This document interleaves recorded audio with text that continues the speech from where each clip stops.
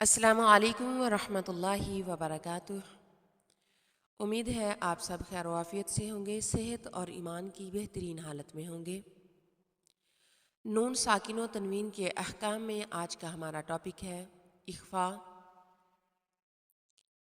نون ساکن اور تنوین کے 4 قواعد ہیں: اظہار، ادغام، اقلاب اور اخفا۔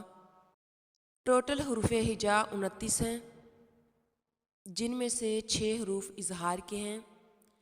اظہار کا معنی ہے ظاہر کرنا۔ اس کے 6 حروف حمزہ ہا، عین خا، غین خا، اور 6 حروف ہیں ادغام کے۔ ادغام کا معنی ہے ملانا۔ یا، را، میم، لام، واو اور نون ادغام کے حروف ہیں، اور اقلاب کا ایک حرف ہے با۔ تو یہ ٹوٹل 13 حروف ہو گئے، 6 اظہار کے، 6 ادغام کے اور ایک با۔ ان میں ایک الف کو ایڈ کریں گے، یہ 14 حروف ہو گئے۔ ان کے علاوہ باقی بچے ہوئے 15 حروف جو ہیں وہ اخفا کے ہیں۔ اخفا کا معنی ہے چھپانا۔ جب نون ساکن یا تنوین کے بعد باقی بچے ہوئے 15 حروف میں سے کوئی حرف آ جائے تو وہاں پر اخفا ہوگا۔ اخفا 2 طرح کا ہے: اخفا حقیقی مفخمہ یعنی موٹا اخفا، اور اخفا حقیقی مرققہ یعنی باریک اخفا۔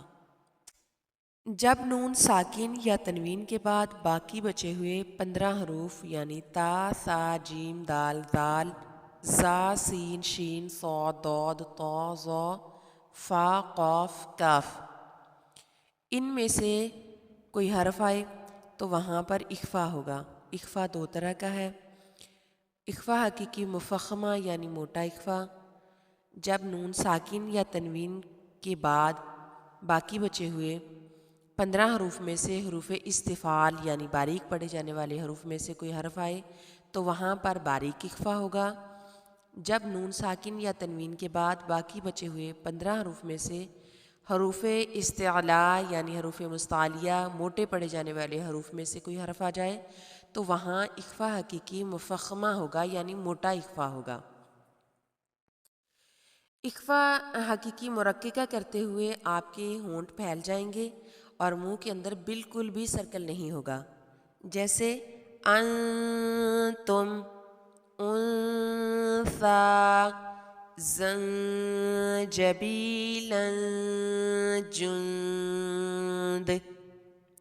لیکن جب آپ اخفا حقیقی مفخمہ کریں گے تو آپ کا منہ اندر سے کھلے گا لیکن ہونٹ آپ کے نہیں پھیلیں گے، جیسے منصورا، منضود، قنطارا،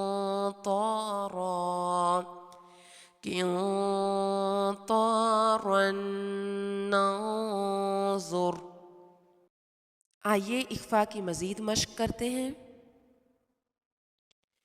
انتم، انثیٰ، زنجبیلا،